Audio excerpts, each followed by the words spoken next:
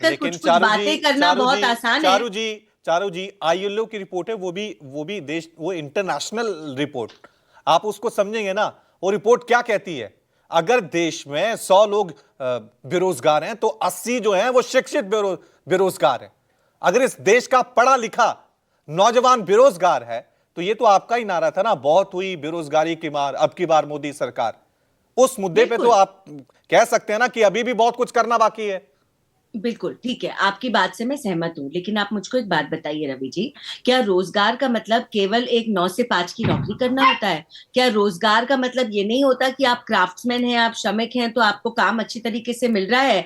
जब हम विश्वकर्मा योजना की बात करते हैं, जब हम मुद्रा लोन्स की बात करते हैं, आजकल नौकरियों के पैमाने इतने बदल गए। अरे लोगों तो इंस्टाग्राम पर एक कंटेंट क्रिएटर बन के लाखों रुपए कमाने की क्षमता लोग रखते हैं। तो देखिए, नए नजरिए से अच्छा, देश को ठीक है। देखिए। अच्छा, आप कह रही हैं कि कोई ये रील बना रहा है, इंस्टाग्राम पे ये कर रहा है, ये बीजेपी की देन है। मतलब आप कह रहे हैं कि ये रोजगार का एक तरीका है आपका देने का। रवि जी, अगर आपको मेरी हर बात को ट्विस्ट करना है तो ऐसी बातों पर मैं जवाब देना आपने ही कहा ना, आपने ही कहा कि लोग कंटेंट बनाकर, क्या यही तरीका है सरकार का रोजगार देने का कि यूट्यूब पे, इंस्टाग्राम पे आप अपना अकाउंट बनाइए और वहां से पैसा कमाइए?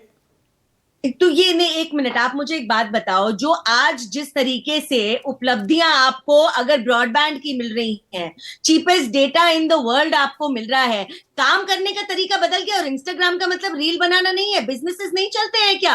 अगर अपने घर में भी, अपने गांव में बैठ के भी कोई क्राफ्ट्समैन करता है, जब हम वोकल वो लोकल की बात करते हैं, वो काम नहीं चलता क्या?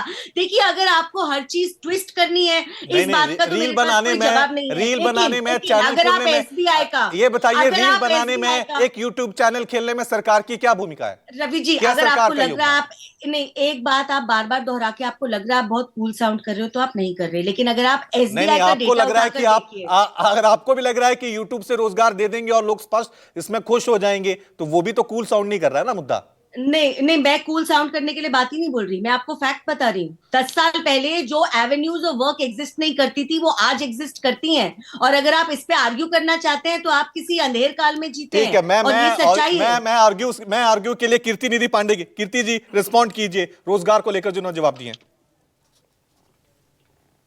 रोजगार को लेके मैं जवाब देने के लिए आपको एसबीआई का डेटा देना चाह रही हूं। रील बनाने की बात करेंगी, यूट्यूब चैनल बनाने की बात कर रही है, मैं तो सिर्फ इतना कह रहा हूं कि 30 लाख सरकारी वैकेंसियां खाली हैं, 10 साल में उसको क्यों नहीं भरा गया?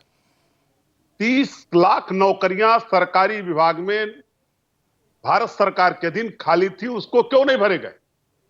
इसका जवाब भारतीय जनता पार्टी को दे। और दूसरी बात उससे भी ज्यादा महत्वपूर्ण है कि Bharatiya Janata party startup India की बात तब करती ना जब सरकारी पदों पे भर्ती कर देती।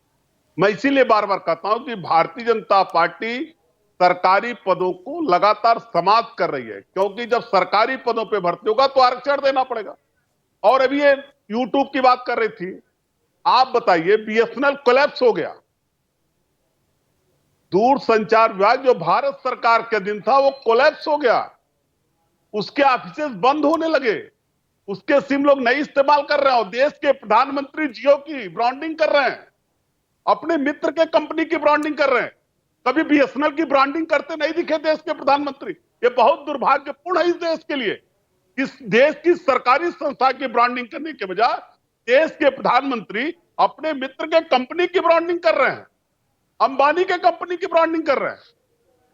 ठीक है, मैं जवाब लेता हूं। मैं सौरभ जी जल्दी से रिस्पॉन्ड कीजिए, टाइम खत्म हो रहा है। मैं जल्दी देखिए, नौकरी की जो बात हो रही है ना, अगर आप सरकारी नौकरी में जाएंगे, हर मंत्रालय से नौकरियां ढूंढ करके लगभग 9.5 लाख नौकरियां निकाली गई 2014 से अभी तक दी गई। खासतौर से रेलवे मिनिस्ट्री से सबसे ज्यादा निकाली गई। जो पहले नहीं बताया जाता था, अपने रिश्तेदारों की भर्ती कर दी जाती थी, उसको सार्वजनिक किया गया। दूसरी चीज, अगर नौकरी नहीं मिली है तो पंजीकरण जो है ईपीएफओ में 15 करोड़ था, आज 28 करोड़ कैसे हो गया, मैं पूछ रहा हूं। जो ये आपका जो है जोमेटो हो गया, स्विगी हो गया, विश्वकर्मा योजना हो गई, हुनर हाट हो गया, प्रत्यक्ष रूप से अप्रत्यक्ष रूप से कितने लोगों को रोजगार मिल रहा है? क्या सरकारी नौकरियां ही नौकरियां हैं? क्या प्राइवेट संस्थान जो इंफ्रास्ट्रक्चर बढ़ रहा है, जो मेट्रो का काम बढ़ रहा है, उसके माध्यम से क्या नौकरियां नहीं मिल रही है? मैं वही कह रहा हूं कि आपको यह समझना पड़ेगा कि जिस प्रकार से आप जनता को गुमराह करेंगे, लेकिन जनता जागरूक है। आज राजीव रंजन जी का विश्लेषण मैं कई बार देखता हूं, वो जो शाम को प्रोग्राम आता है माहौल क्या है, वो जब युवाओं के बीच में जाते हैं तो युवा कहते हैं भैया हम मेहनती आदमी हैं और हमको रोजगार रोजगार मिल रहा है।